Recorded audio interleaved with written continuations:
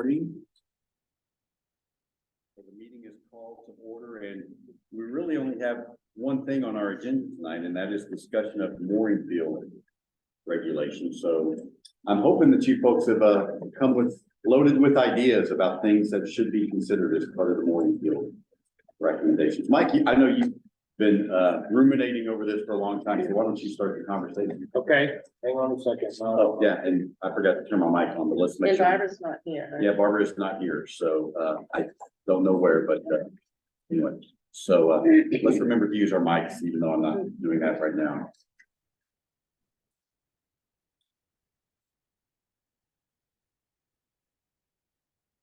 So as far as the changes to the.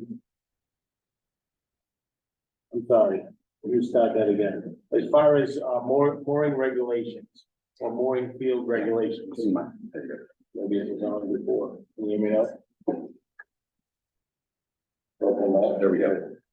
As far as mooring field regulations, I think we were talking limiting the number of moorings. Definitely establishing boundaries, establishing a designated mooring field. Making sure that we follow the guidelines as far as how many who can moor the boat, keeping it to residents if possible. I know we have to have 10% non-resident, and we have to have 10% commercial use. Is that right? No, Non-resident only. not resident. I thought there was there had to be one that was commercial. I think there was one commercial. Tackle, we were going to remove the mooring balls in the winter, replace with a jug below the surface of the water, marked with the resident's name, address, phone number, whatever identification. We also were talking about making sure that any boats that are moored down there are carrying insurance for in the event of property damage if something were to let loose.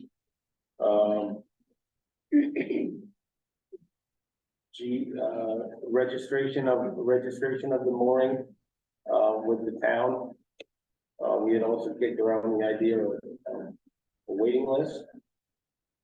You know, and if we're gonna limit the amount of moorings, have a waiting list of residents, if a mooring gets discontinued. We had originally brought up to the town council one idea of just grandfathering the moorings that are there.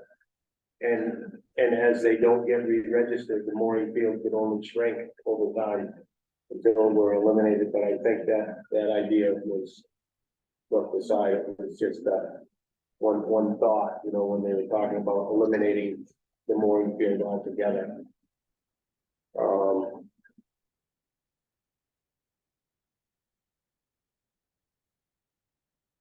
I'm sure I have a couple more, but let me go ahead and give somebody else, and I'll pick that again. Yeah. The only thing I really had was the only thing I really had was that I noticed all the mooring balls are still, a lot of the mooring balls are still there, that those should be taken out, so you cover that. So that I understand, is the interest in that simply just a safety issue for snowmobilers? Pretty much, and also the other part of that is that's a perfect skating area down there, and it's all mucked up with moorings now, so traditionally when we had ice, we used to skate in that cove a lot. I don't know how much that's actually happening now, but the potential for that, you know, it's shallow, it's easy to clear off, and but the safety of the stone, I think is the bigger issue. Okay. The only other thing that I had, and I don't know how this ties into this stuff. At this point, this is the only mooring field that exists, right? That we're talking about, and then we were just talking about the opportunity for another mooring field where the new Annex boat launch is. And I just printed out a map of the lakes, and at some point, I don't know, I missed the last meeting, I didn't watch it, but I might have missed something. You know, should we identify areas that might be potential mooring fields in the future for areas where people would moor their boats. And then take a look at those, I don't know. So I have an idea about that. That I don't know that we should do that, Lynn, Okay. as much as prescribe a process for someone who wants to propose a mooring fee Okay, that would eventually be approved by the city, by the town council. And perhaps there should be some body that would first review that and recommend approval to the town council, or maybe it just goes directly to the town council, but I think it's more important just to approve a process, because, Okay. you know, there's no telling where someone might propose a mooring field, and some of those places might be, might be appropriate, Mhm. some probably not. Mhm. Thoughts? Is there a safe distance that these boats are gonna be away from each other? That should be discussed too. Okay, and is there profitability for the town to have a person? I'm not quite sure how to word it, but to purchase a spot, or is that just something that is not discussed? You know, if a person wants to moor a boat down there, should there be some sort of profit for the town? In short, no. Because I think we need to be mindful, these are state waters, first and foremost. And then secondly, as we have learned through some other discussions about some other issues, the purpose of fees are simply to recover the cost, and they're not meant to be profit centers whenever we charge a fee. So, you know, a registration of a mooring ball, I mean, I would think it'd be a fairly minimal fee, just to ensure that, that people are in fact doing that, just to simply cover the administrative cost. I just went through the existing draft regulation, I went through PEG, and then compared it to several others, I think 4 or 5 or 5 or 6 that you had forwarded to us, just to see what was consistent and what was not. And going through that, I noticed that the Winthrop, the draft ordinance, was silent on parking. And these were common themes in the other regulations. Parking, mooring specs, mooring specs, specifications for the moorings, right? Mooring registration, I might you had mentioned that, and specific definitions of mooring fields, much more expansive than what this one is. And then interestingly, the right-of-way issue, they just basically said it's an internal property issue and shouldn't be resolved by the mooring ordinance. So whether there's one person owns a right of way or 50, you have to determine that internally. You know, obviously you can't have 50 boats out there, but. So in that regard, why are we talking about the deeded access? Yeah. To a lake, and whoever owns the property in front of that deeded access would be the determinant. No, I think it was just that if someone has, if there's a 50-foot right of way, we talked internally, or how do you handle that? If you define every 50 feet, you can have one mooring per property. And it's 50-foot right of way, and the question came up, what if there are multiple owners of that deeded right of way? And interestingly, they said a lot of just not our problem. not our problem, that's the property problem. So in that case, then it might be that, let's say that a group of people has deeded access, they may be the ones proposing a mooring field for their boats. There you go. That's a good point, because we talked about with the survey, and everybody wasn't interested in regulating the lakefront property owners at all. They were just looking to regulate the mooring field that is presently down in Marinicook. So I guess our motive was now to regulate mooring fields in case, like in Reggie's case down on Anabesco, if a mooring field suddenly wanted to pop up down there by the boat landing, maybe if we establish a set of rules, then then they would have that, and they would have to present that or get permission through the town council, get it permitted or whatever that process is. Because otherwise, we're into an enforcement issue and governing all of those moorings for lakefront property owners and deeded accesses and right of ways. And I think we're moving away from that. Right? I think the reality is enforcement is you gotta carry that in the more. That's. And you gotta have some contingencies to enforce this ordinance. I think you're right. And that's, again, a common theme throughout all of the existing regulations or more ordinance. So back to the deeded access then. So a group of people who've had deeded access may propose a mooring field just so that they can have a spot for their boats and nobody else's boats. That might be the scenario. And that's in that instance. Yeah, I just brought that up. These are just 5 or 6 points. I think that's gonna be the exception to the norm. Yeah.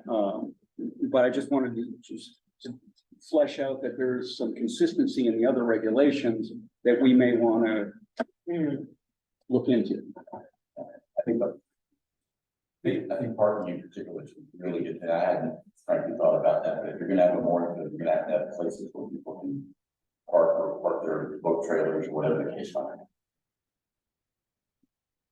be. The one question I had after all this conversation is regarding, I like the idea of having sort of this framework set up for other locations, but should we set up almost requirements for what would turn into a mooring field, such as adequate parking, public access, those type of things that would not just, I guess the town council all of a sudden getting requests for 5 or 6 feet down the road, and it would be helpful to give them a guideline, or the citizens a guideline of what to look for if they're making this case. And maybe that isn't just the parking and those type of things. So if you bed those in the ordinance and say, one parking for every mooring or something like that, then that would be Right. the foundation for any application for expansion. Can I make the point too that the mooring field and related to parking, the trailer is eliminated. Yes, at least other than perhaps twice a year when you're putting in and taking out. Yeah. Which is hopefully you'll be able to get more parking in a smaller space then.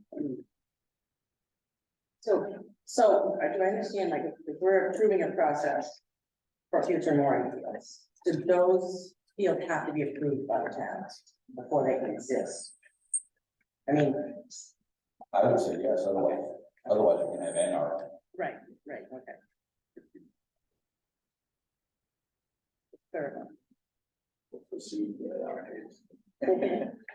The other question I had is maybe confirmation of the mooring, the buoys, those are not owned by the town, those are owner provided. Right. And it's just up to the town to enforce and make sure those are proper. Yeah, as far as the specs for the tackle, and someone here may have to educate me, but isn't that dependent to some extent on the size of the boat And the depth of the water. and the depth of the water? Yeah, there are I think the state has some guidance on that.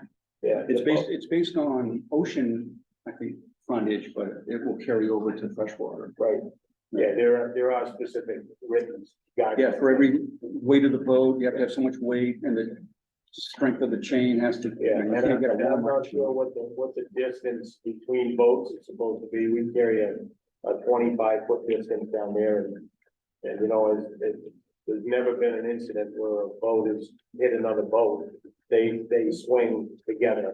I know there are instances where the water is dead or the wind is dead, where they could actually move, but they're not, I've never seen that, but they don't move at a wind clip, if you will. They just kind of, the boat is sitting.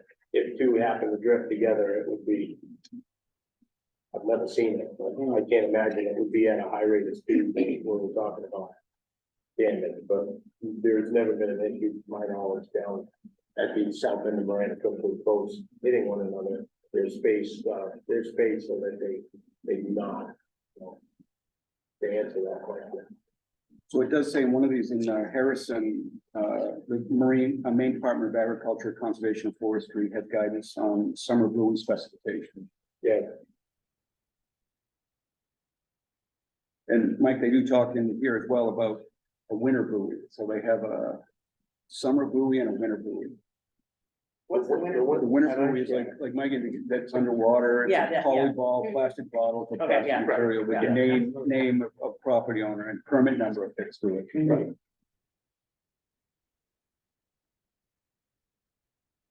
So Mike, as far as the limiting the number of boats.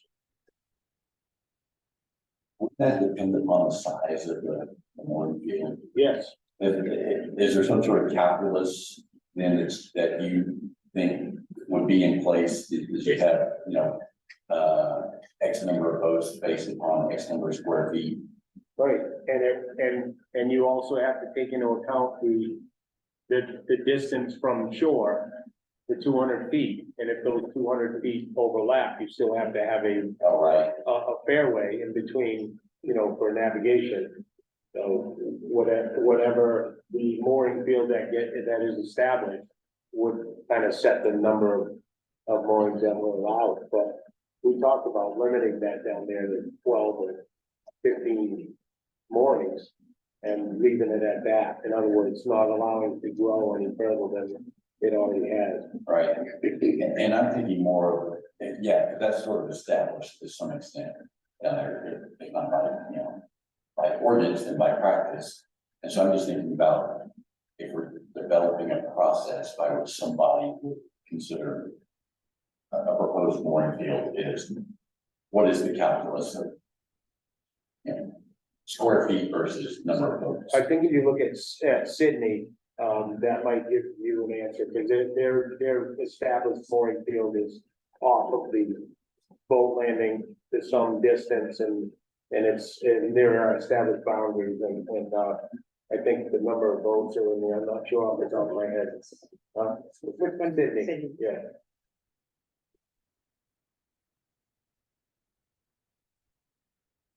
Right, I think you're, I mean, right, but Anthony, I think getting back to your original question around process, you know, building the process. And what we're talking a little bit about some multiple things that need to be in the ordinance with regards to. And I'm glad you brought up what you've done. I've done the same thing, kind of looked at the existing, what's out there. And so speaking about sections, I guess the way I approached tonight's meeting as well was to kind of think about the process. And we've talked about parking, we've talked about, we're now talking about swing radiuses and mooring hardware and so forth. Those are all components that I think are good that we need to discuss, and they need to be a part of a ordinance, or at least potentially being considered as an ordinance. But when we were talking about parking for a minute, you know, when I think about what we're trying to write here as a process for a mooring ordinance, I think parking needs to be considered on every application. I'm not convinced here today, though, you know, getting into this one specific around parking, that it needs to be mandatory that parking is required for every mooring. Because I think it really comes down to, again, the site location, where it is, the access, and the compliance. So compliance, like Dwight says, it's gonna be a big thing regardless of, with how we want to dictate which things we want to define specifically. And in some cases, we might define specifically a mooring ordinance, an approval of a mooring that clearly needs parking. But in other cases, it might not. Like, And I'll use the example of the one that we're talking about, but I don't even look at a number down there. I look at this mooring field down there today, and we're writing an ordinance. And I know the people that are using that mooring field down there today want it to be in compliance with an ordinance that we put forward to the council. So I just bring up back to the process piece again, and the approach that I took, in looking at it was I took some, and I was gonna give you copies so that you would have some sections that, and Sydney's one of the, if anybody has looked at Sydney's, it's one of the lighter versions. And just because, you know, I'm one of those that say, you know, smaller sometimes is better. you know, but looking at the different sections, and when you look at Sydney's, for instance. And I'm a big one on this too, and Mike knows this, and Dwight will know this from working with him, purpose. You know, so when we were talking about sections, when you go down through some of the sections, they start right out with authority and scope. Defining who's gonna make the decision on where mooring ordinance is and what type of legal, and we had our meeting, the last time we met with, Phil. So we kind of got some educated on some of the legalness that we need to quote in the ordinance as well. And then it gets on to the purpose and so forth. So I guess I don't want to be too long-winded with it, but I want to come back to the process piece and maybe suggest, or at least the way that I'm gonna present to you, Anthony, is highlighted sections that I think are very appropriate in the different versions that I looked at, including the one from Winthrop that was done. And the one from Winthrop is a little bit, it's a modification of a document that was being written for moorings for public properties. As well as the kind of, it was weak on the mooring side of the mooring field side, in my opinion. But I think there's pieces in there that are still very useful and so forth. But I come back to just maybe a suggestion is to, you know, maybe look at, and I think the last meeting we were at, Anthony, and I don't want to offer you up, but we would look at maybe a section where you were going to piece together some sections and some pieces that we might think in a possible like Word doc. Yeah, I can do that. So So just as a suggestion on the pieces and the sections, I think we're having a good discussion with regards to what could those be. But I think I'd like to see us kind of get what do we like of the sections, kind of get it assembled a little bit, and then have a little deeper discussion on, you know, do we need to have a 4-page description on mooring hardware?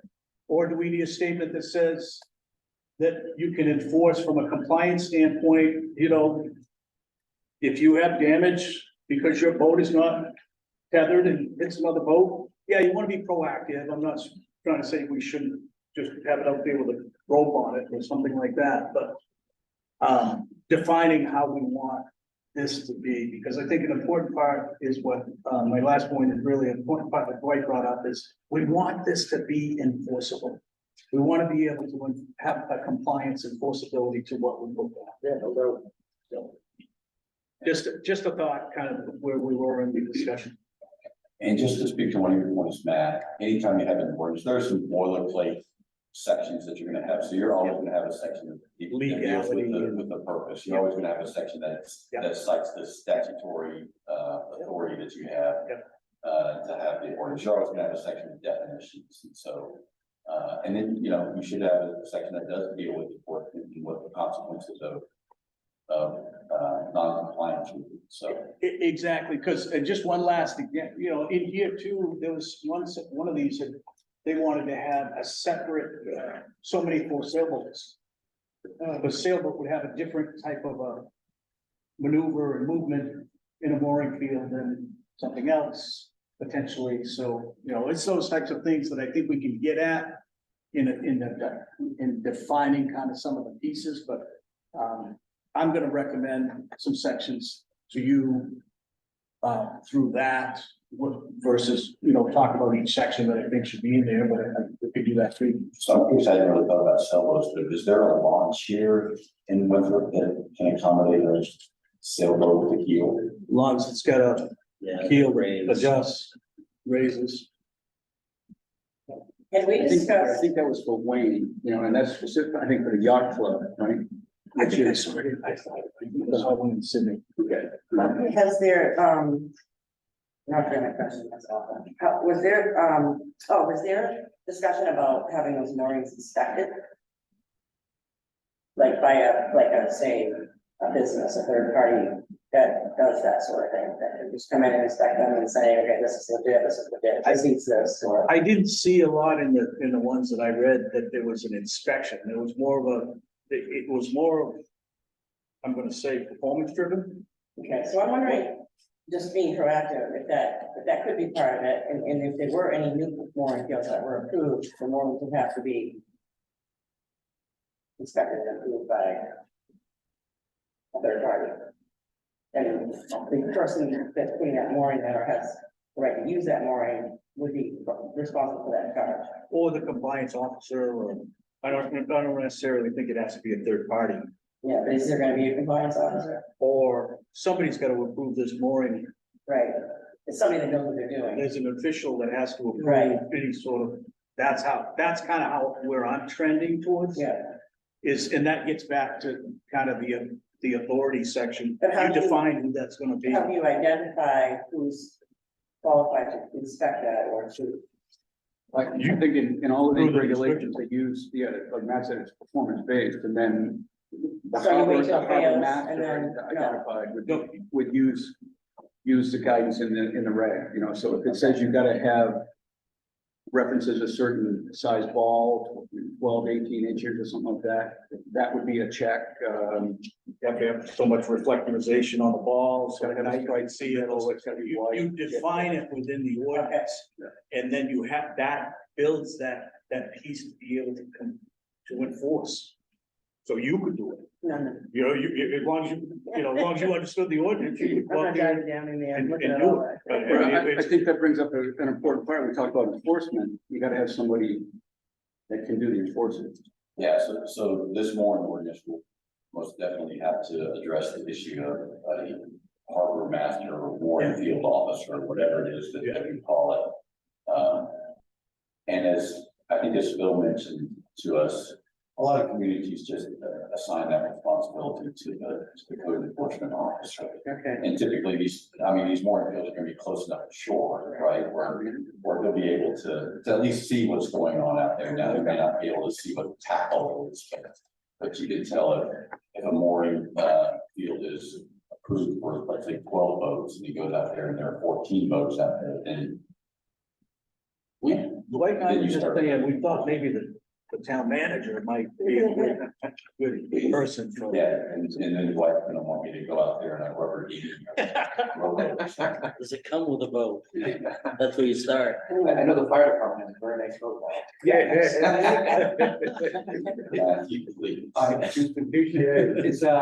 Is this a deputizable position? Like, could you know, the CEO or the harbor master can now deputize or should deputize somebody else to help enforce this? So they do have to have a certain amount of training as required by the state in order to serve in that capacity. So let's say the code enforcement officer goes to that training and gets it, but he's unavailable on a certain date. You can't just say, Anthony, I deputize you, go check it out.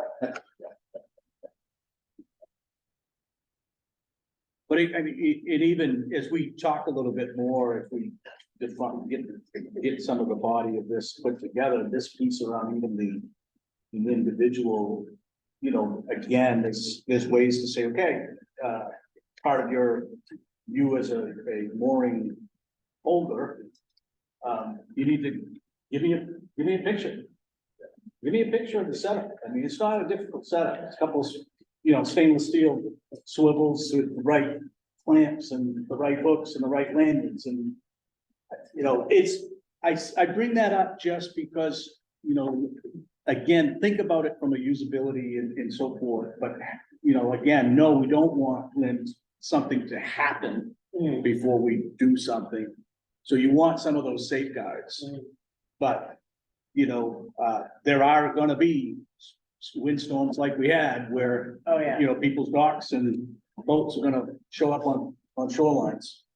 And, Do you think that there would be, pushback, or how do you answer the questions, cause this last storm, there were docks, there were all kinds of things floating around the lake. it was a nice dinghy down But they didn't come out of the mooring field.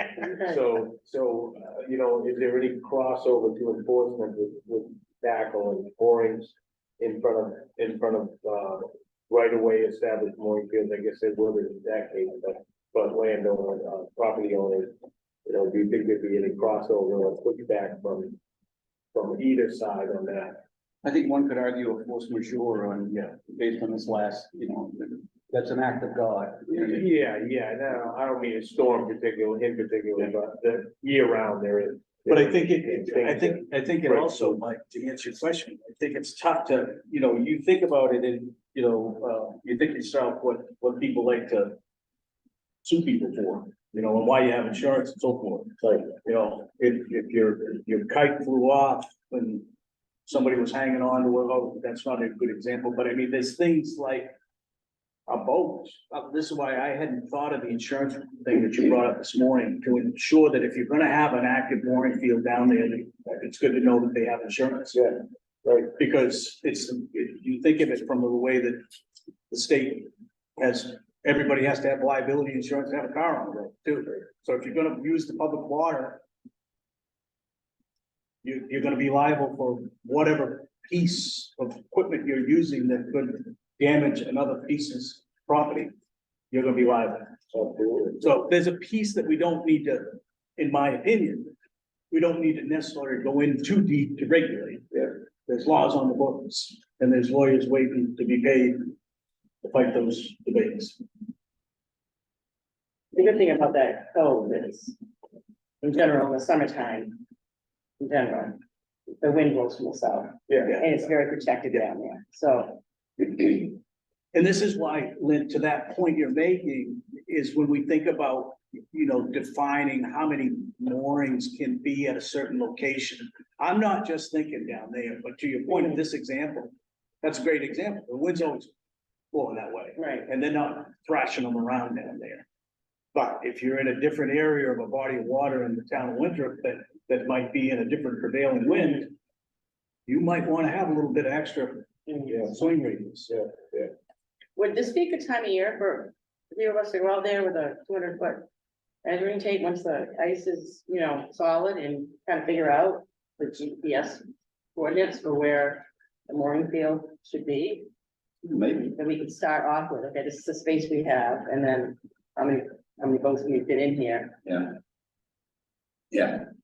But first, and I don't want to become too focused on the south end of Maranicook Lake. Yeah, Because I think we need to be sort of more global in our approach, because understanding that this could affect any of 11 lakes within the town of Winthrop, so. That's why I like how you started the meeting. We're building a process for mooring fields, and we just happen to have one that is assembled right now. Yeah, Just a couple of other please. themes that were noted in the other regulations, swim floats. What was that? Swim floats, Oh, how do you want to handle those? Because they carry swim floats here as.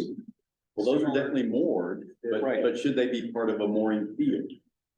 Well, and this goes on, if we look at regulation or referencing state law that says you can only have, so many moorings per square foot or footage wise on the shorefront. And they bring in swim floats as a component of that. so that would be a mooring, a swim float? Well, the regulations, it's interesting, a couple of them handle it by saying you can have a swim float and 2 moorings or whatever, based on. So they do acknowledge that a swim float could be different. And, float planes. I don't know, it's a big issue around here. And then camps and hotels. How do you handle moorings along camps? So you're talking about like a commercial camp, like a kids camp or Well, something? yeah. So those things are, obviously Harrison and Naples, they deal with those. Do we have any of those commercial camps in What do Winthrop? we have? We have, the Metuano. Oh, of course. Yeah, Kippewa, oh, YMCA. yeah. and Dobbersey. It was, okay, right, that's, Um, yeah, um, Lakeside Marina, I mean, that's a private business, yeah. right. Oh, that's an What interesting. is, Augusta West, Is that just That's the last his? thing. Again, it's yeah. campground, and they mentioned campgrounds under that same, Mhm. you know, camps, campground, hotels. He charges down there to put a mooring there. If it's, you know, if you're a resident down there, if you're a resident in his camp area and they want a mooring or a boat dock, he's got, So is he operating, is he a marina or a So, mooring field? so there is an easy way. he's a mooring field. Yeah, there is an easy way to skin this cat, and maybe a bit of a chicken-hearted way to do it. But we could just say that this ordinance addresses non-commercial mooring systems. And then, Yeah, and then commercial mooring fields can do what they do and let the buyer beware. Hmm. So if someone puts up an LLC, they're a commercial operation. Well, I had a lot of trouble to go through, just to moor your speedboat. And I think in Augusta West, I mean, granted, they're not in Midway, but I think or not Augusta West, one in the south of, Coliseum. Lakeside. I think they're paying more for access to get to the one field than the actual one themselves. I mean, by law, they could put a mooring out there, somebody else put their own mooring buoy out there, put their boat there, and nothing to do about it, according to the law right now. But what you're doing is you're paying for access to the Augusta West. And I don't think we need to touch, I wouldn't want to touch the commercial. I think this needs to be exception rather than rule. That's why we came up with a check sheet of, if this and this happens, this qualifies you as a prime location for a mooring field. And then once those rules are established, you have these 10 items that must be met in that mooring field for it to be, The only, And then it has to be approved. the only thing, the only thing that I see that happens down to Augusta West is, when we couldn't use the Monmouth side to put in a boat on Investor. We had to go down there and use his, and which was fine, Kale was great with it. But what happens is you have he's expanding all the time. So that means he's expanding out into the lake. So where does he stop? 200 feet, 200 feet. can't go beyond that. He can't go more than 200 feet. So Nobody is that 200 feet? If he's a commercial operation, and we are remaining silent on that. No, but that's state law. Can't put anything out beyond 200 feet, right? Right. So that's just. Whatever frontage property he has linear across there, Right. 200 feet out, he can put as many boats in there as he wants right now. Right. And Well, it's a piece that he's liable for. He owns that piece of property. and again, he's not gonna put those, I'm going to assume, he's gonna be, like you said, liable and responsible, so he's gonna make sure those boats are. Covered up, and if it's not, it's on him, but. Yeah. But I saw the section you just quoted, I'm going, I can't remember the swim boat one, but I highlighted it, like, when I read it. And a couple, But there is one in this town of Harrison, and it's on, it's their section 4 called applicability. This ordinance shall apply to the installation, use, and maintenance of moorings for the purpose of securing a watercraft, a float plane, or swim floats in a great pond. So again, they're saying, you put anything you want on one mooring as you wait in line to get chosen to be chosen for a mooring. You want to put a swim float on it? Put a swim float on it. Is there? Well, but I wonder though, Matt, does that?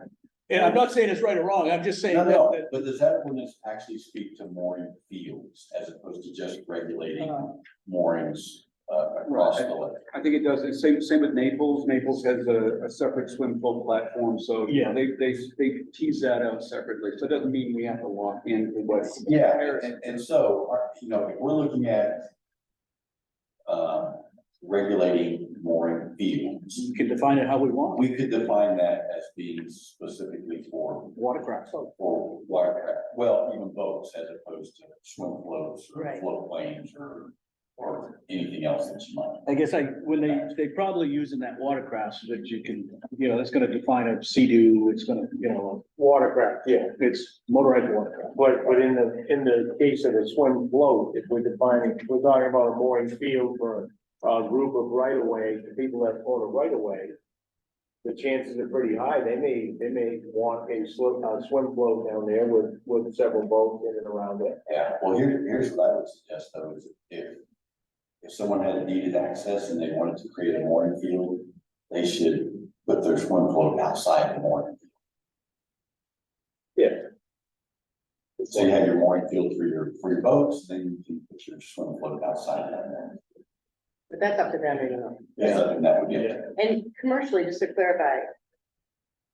These commercial places, they have to go before the town to increase the amount of like dock, do they? Docks and more, they don't. No, docks not regulated, no. I felt like Lakeside had to get permission from somewhere to expand. No, Not that I'm aware of. Okay. Maybe I'm wrong about that. no, I could be. Depending on what they were doing on the waterfront, or the amount of acreage that they were expanding, they could have triggered site law, which is Department of Environmental Protection. Okay, What you're bringing up, when I kind of looked at some things too, and, I don't call it a mooring field anymore, I call it a marina. right. It is. So I think I asked the question, was there ever a marina definition in town of Winthrop to establish marinas? Yeah, so mooring fields are most definitely different animals than marinas. We should talk about, Yes. is the difference between slips and moorings. Mhm. So, so what I might suggest is that there are structures of ordinances that you folks have seen that you want to maybe send those to me so we can sort of use those as a template. And so here, so as I said, some of those are going to be boilerplate and just the purpose and authority and so forth. But some of the issues that you think might be addressed within that structure would be limiting the number of boats based upon how large the mooring field is. Establishing boundaries of a designated field, because I think you absolutely positively must do.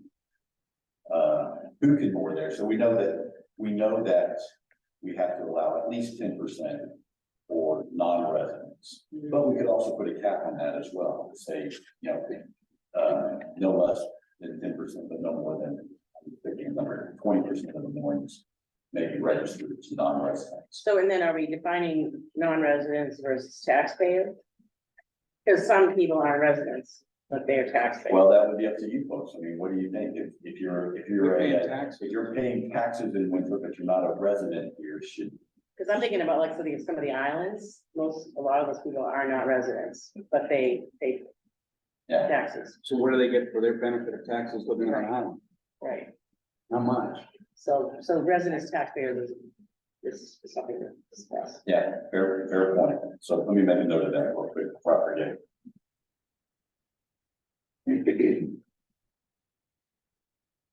If you're a resident and not a taxpayer?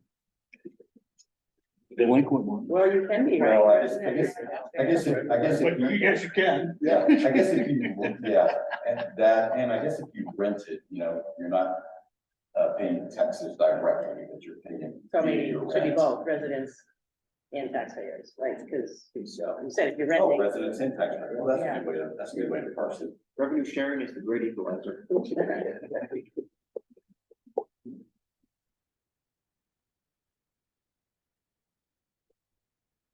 Let's see, we would address, tackle both the specs and the removal of balls, in the winter time. Ensuring that more boats are insured, which could, simply just be part of the registration process when you register. Registering the mooring with the town and, anything beyond the approved number of moorings, those people can join a waiting list. Mhm. Distance between the mooring balls, I think that makes sense to me. And as far as the dimensions, we could talk about the number of square feet per boat, certain, no closer than X distance to the shore, no closer than X distance to a launch. The other thing too is the size of the boats, I mean. If they're up to 25 feet or something, then you have, but if they're a 40-foot boat, they're gonna need more space, so I don't know if that's something. Well, and that might be addressed by this next, that each mooring must have a swing radius of whatever. And if your boat's too big, you don't. have the warrant or anything. And parking into, I would think if someone came and proposed a mooring field, we would at least want to say, okay, you know, how are you going to address parking? So And if it's private, they've got homes, they just. That's right, or, let's say there's not a designated lot, Right, but someone says, well, we have permission from this landowner to park on his or her property. Okay, well, can you provide us proof of that? So I think that's one way to address that. and that's kind of iffy because. Well, If the landowner changes, then they don't, then they may at that point not have rights to, that's true, you know, that's true. And the one thing I wanna think about when you're doing mooring fields for things like, access ways, right of ways, is that this is open to other people, it isn't open just to those people. And so I would be cautious of, freely giving out, or making it easy to have a mooring field for some of these right of ways, because I would hate to be in a situation where, that 1% from out of town is now saying, how am I gonna get to my mooring field? When it's all through private access or private, land. I don't think the landowners wanna give up, a right of way for an out of town if I'm in this particular boat. So I would be rather, restrictive on what would allow a mooring field than just to say this is a solution for the camps, this is a solution for the large group of people who share one right away. Maybe this isn't for just those camps, those right away folks, but there has to be some sort of public access, within as X amount of feet. Or else I think we're opening up ourselves to a lot more problems when we have solutions for this. that would be part of the process, so legitimate access. There needs to be some legitimate public way, and I would agree, I don't think it should be through a private landowner, because as you said, landowner can change. And that would be a problem, of course, or if you have a mooring field in somebody's private house and say they forgot to register their boat one year and somebody takes it. Now you're coming up with some legal problems. And I don't think the town should be taking up some of those issues, I think it should be more public access. Yeah, well, and I guess also, while the mooring field might be in Winthrop, the access might be via another town. Is there a type of structure that they're putting in the water that has regulations? As a mooring, because some people just throw a piece of steel down there. What are they using to moor their boat at the bottom of the lake? Yeah, I think that could be addressed in the tackle Mhm. section. Yeah, There is, don't reinvent the wheel. Yeah. There are descriptions in these existing regulations. Hard to start with. And the next thing I had on my list was mooring specs, so that goes with the tackle. Yeah. So Matthew, to get back to your point about public access, do you think public access and parking, are they linked in any sort of way? I do, and I don't, like, for example, there's not a whole lot of parking here that's currently mooring field, you have to, when we're talking about the tip, you'd have to park in the public area or and then kind of walk around the corner. I think most people, either they use the parking lot or they use the roadway, and that's a whole you can walk to it. And so I do think there needs to be adequate parking or adequate access to the areas for public needs, where we're now not trying to argue with the local private landowner saying, hey, these people are coming across my property to get to the water field. Yeah, and similarly, I think we would want to ensure that we're not creating a situation, you have a line of cars parking in front of your property. I think mooring field would more or less be regulated to be near Public public access, access or public boat launch. Realistically, they're probably not gonna pop up. It's not gonna be just, we're not gonna be in a situation where mooring fields are all of a sudden just gonna pop up because we're writing a set of rules. I hope not. So, I mean, been like this forever, so. But I'll be very provincial here, there is a location between the Narrows that is challenging to drive through, Yes, and even more so when there's a bunch of vehicles there, either ice fishing or summer recreating. Yeah. And they park all over that causeway. And there's a potential there if someone wanted to start putting some moorings out there. So it's a public right of way. is that, Does that equate with public parking? is that spot, deemed public access to Narrows Pond? It's my understanding that it's a contentious issue between the town and the adjacent property owner. There's been no maintenance on it other than those that live on the lake throwing in some rocks. Doing periodic adjustments. That's of the interesting there because, I mean, from what I can remember, I mean, there's houses all right there, right? So it's just strange, And they park in front of those houses, right? Right. like on the people's lawns or, Well, is it, is like. That's the right of way. I'm sure the right of way, the established right of way is so many rods, but they're expanded out farther. It's very well posted, no parking, okay, okay? On one side, on one side. There you go. Okay, that one side gets filled up with, like myself, I go down there and I fish. Okay, I know I have to get down there by 6 in the morning if I wanna put my vehicle in a spot where I can get to and not walk. Okay, it's very good fishing there, and so it's good for my grandsons.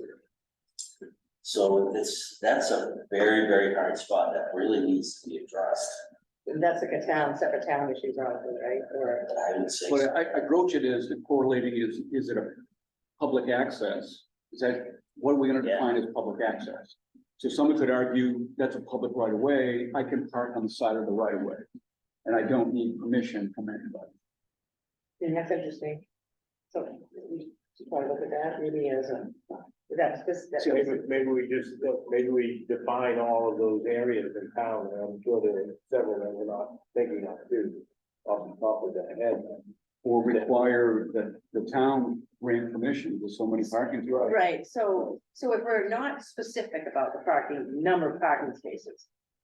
We would have, however you would word that there needs to be adequate parking or access. Then if someone decided they wanted to create a mooring field there, they would need to come, they would need to fulfill all these requirements, and then they would need to come to the town and they would need to show that. There's adequate parking there, which there really is not. There isn't, no. So I'm just, that's part of the process. Seems easy, no mooring field should be allowed at the Narrows, at the Congo. Yeah, I think it's, the simple solution is in the ordinance, just say adequate, there must be adequate public access and parking for the safe entry and access to the mooring field. Without infringing on Without other, infringing on other Property owners. property owners, and leave it up to the town council, whomever is designated as the authority to make it happen. They can make that decision, but I think that's the easy way to do it.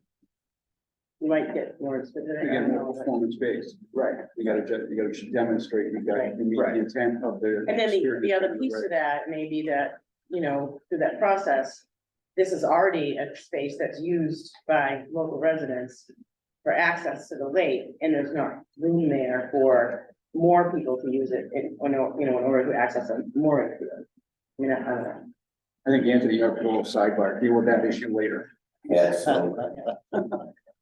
so let me play the devil's advocate for a second, because my initial thought was, I think it's the same as something you always thought, that maybe there does need to be some sort of calculus that for every morning. For 2 cars.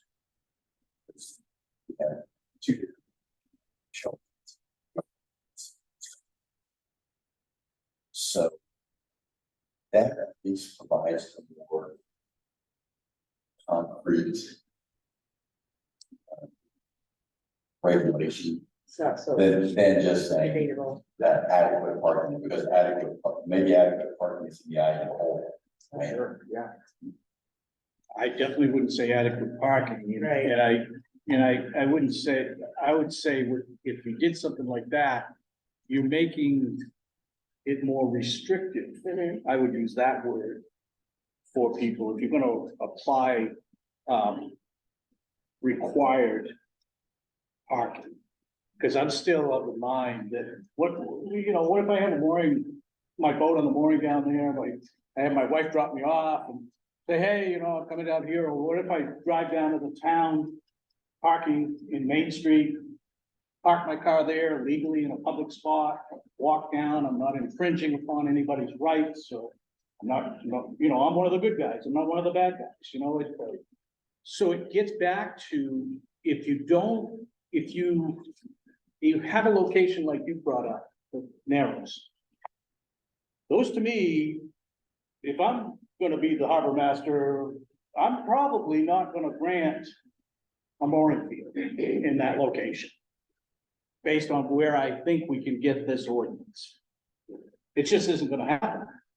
Because you're gonna be infringing on a lot of people's rights, and you might even, There's a safety issue. there's a safety issue there, you don't have the right of way, there's undefined right of way.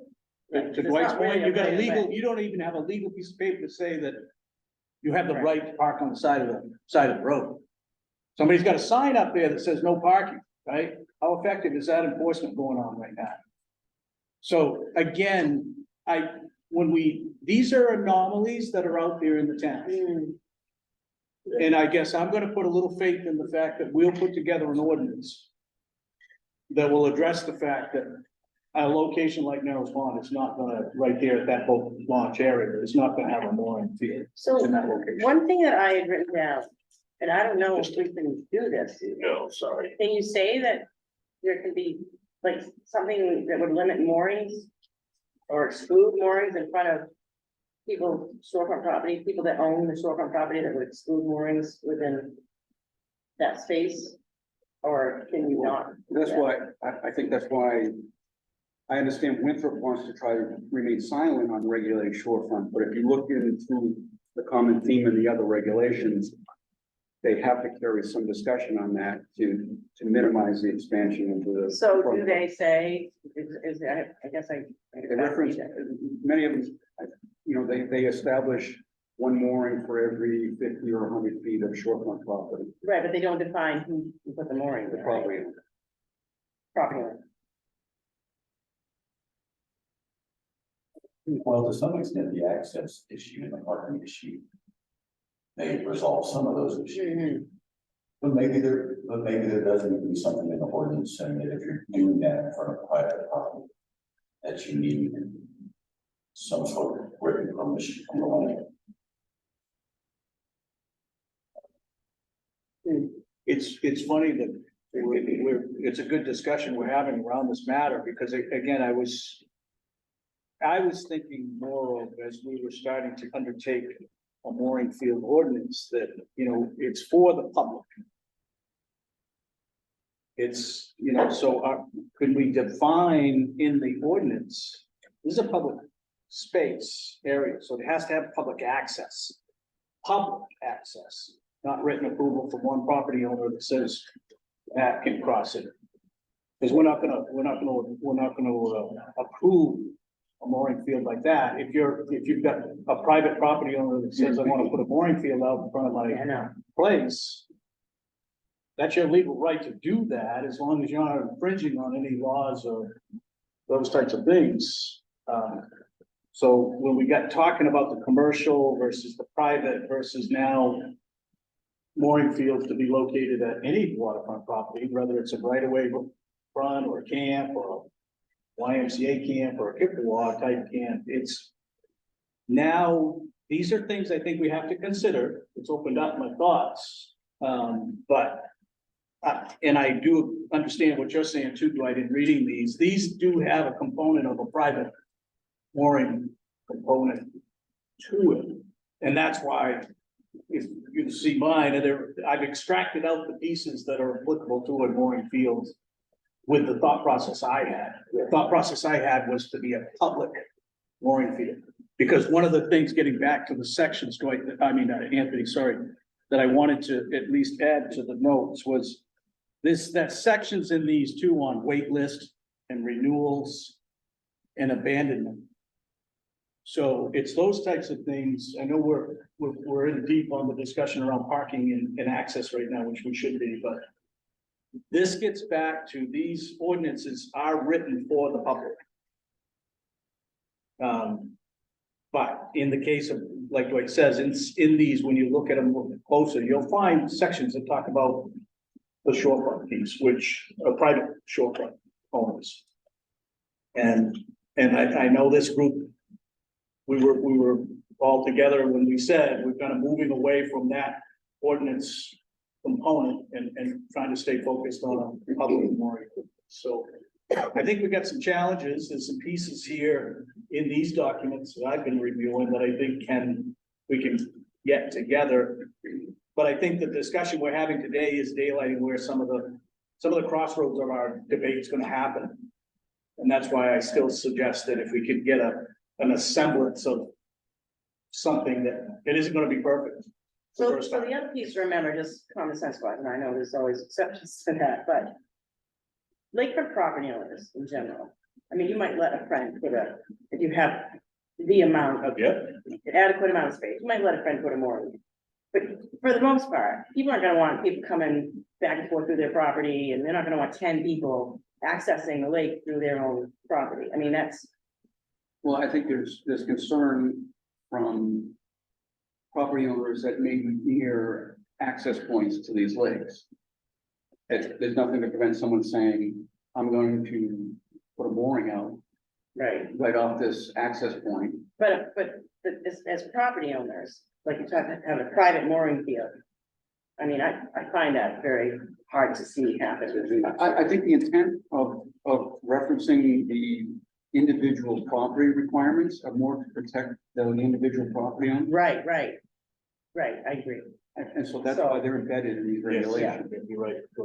So we need to really come back to mooring fields. And then that comes back to what Joyce is saying, that the reason they're in there is to protect the infringement on those private properties. Right. Which is why we're trying to build a mooring ordinance for the public at certain locations. I gotta assume these other communities struggle with the same issue. Right. And based on what you see here, they all touch upon the individual property owner. Mhm. So there's gotta be some rationale, and I think we're fleshing out what that rationale is. Yeah. Right, so this is the area, this is the amount of ones we're gonna have in this area. Box that area off, and then put as many boats and more safely boats in that area. That's pretty cut and dry. I will, getting back to the parking and the correlation. You know, in the words of Thoreau, simplify. And when you start using terms like sufficient or adequate, Right. then the burden falls on the harbor master to say, Yeah. what the hell does that mean? Yeah. If he's got a specific number, 2 car or 2 spaces for mooring or 1 space for mooring, that's cut and dry. Just like Anthony said, you go down, there's 12 boats, there's 14 out there, there's 2 that shouldn't be here. Yeah, so, and so just thinking through this a little bit more, maybe the right number is like 1.5 spaces. No, I'm serious, Want to because, have babies. well, because, you know, some people are gonna be out there with let's say there are 2 moorings. I go out there and it's just me and my car, but the next boat that's moored out there, you have 2 different cars arriving with people in it that's gonna get on that boat. So, and again, you know, when you mentioned the municipal lot, Matt. Yeah. It made me think that the burden on the applicant who's seeking to create a mooring field is to identify the adequate parking. And let's just, for argument's sake right now, let's say 1.5 spots per mooring. And so it would be well within the right to say, okay, so we've got this many spots that are available in the boat launch parking lot. We've got this many available over here at VFW that people park in. We've got got this many over at the municipal lot, which is a, 2-minute walk away. And then we got this many over there in the dirt lot that a lot of people use, at least be over there by Baker Road. So I think, I don't think that there have to be spaces that are designated only for the mooring field, as long as you can identify adequate parking in and around the area.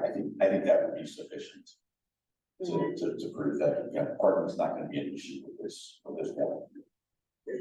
That would be one way of approach, kind of gets to kind of a halfway point between where I still don't think that we need to define the number, but I could get my arms around something like that.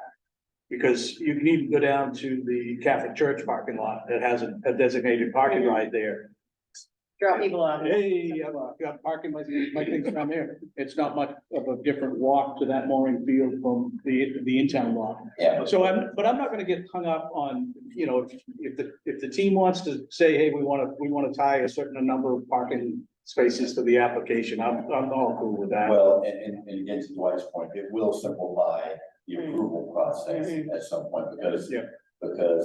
But identifying, so let's say, someone actually brought up an idea here that I hadn't considered, is that maybe instead of it going to a committee, maybe the applications are vetted by the harbor master. Yeah. Where that is. Yeah, that's And then probably- he makes a recommendation, or she makes a recommendation to the town council. And that's in a couple of these. Yeah. they- And so, how do you determine if the harbor officer says, well, there's not sufficient parking here, and the applicant says, yes, there is. Well, then it really puts the town council on the spot of determining, well, is it or isn't it?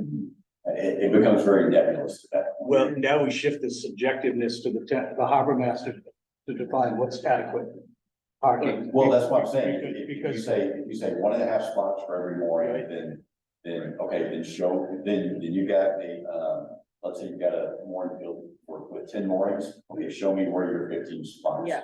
would be. And I mean, we covered all the areas for the field down here. It sounds like there's more than adequate Yeah. parking for those. Yeah, Yeah, and another point too, other than the 4th of July, Memorial Day and Labor Day, I can tell you that for the most part, there are usually less than 50% of those boats that Yeah. are in use, so. Right, So that greatly reduces the amount of parking. I mean, 4 or 5 cars at the most is. You won't find any parking at the point. Right. But no, you can't park. You at the will point. not find parking at the point. That's why the whole mooring field began anyways, was because of the lack of use of Norcross Point. It's just, it's an exercise in futility. It is a frustrating. And the reason I brought that up is, if we define kind of like what we're talking about is, that would not be a place that I would allow an applicant to say, I'm parking over there. right. It'd be like, no, you're not, because that's That- dedicated for, Right, until something For is done. games. it's dedicated for that ramp, those Yeah. locations, Yeah. that facility over there. Yeah. But I think you bring up the church area of the town. Downtown. South downtown. Yeah. They use the funeral home parking lot. a So lot. if somebody wanted to, I think you could. you could come in and say, I'm gonna be parking down the south. Yeah, and again, they don't have to be designated specifically for the users of the mooring field. It gotta be available. That's really kind of unique too, to this particular spot, because there's a lot of downtown parking where most of the other. Well, you said there's a lot of parking at the new Anabesco, have you been down? There's a lot of parking down there. Yeah, And so, then it becomes a matter of, well, okay. Yeah. But How many of those spots are available on any given day? Other than like the 3 that you mentioned, Mike. Yeah.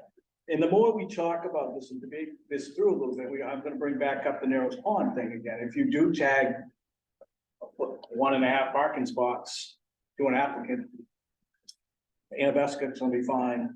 Down there at the boat launch, down here's gonna be fine. There's a checkpoint, is how I call it. There's a checkpoint to be able to kind of say, but the aspect of it, what happens if all of a sudden, this person, we've granted them that mooring field, these persons, we've granted them the mooring field, and then there becomes a I know the answer, this is where I'm going with it, there's a compliance issue. They're not adhering to the places of parking, they're parking alongside the road again. Or they're parking and infringing on a property right, or a town right. That's where that compliance piece comes back in and says, there's a negligence here, you're a mooring owner of that ball, and we're calling you out. For this. So those And instances, you have, someone just gets cited. yeah, and there is that, in these, there are those in there, Anthony, that says, whether it's that infringement that I'm describing as a parking example, or it's, hey, your boat keeps coming undone and you've done $2,000 damage to my boat, and I'm tired of being here next year, so I've reported you a few times and you're kicked out. You know, those are the level of things we're gonna have to touch on too, is there will be a section around, negligence, with the right to have that warrant. So, we talked about someone coming and applying for a mooring field.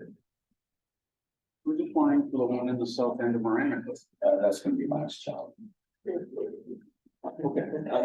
No, He was the first one in, right? Yeah, well, I mean, technically, we can find that in any way, but that argument's been going on for 3 or 4 years. That moorings all placed legally in a state-owned body of water. I don't, I don't know.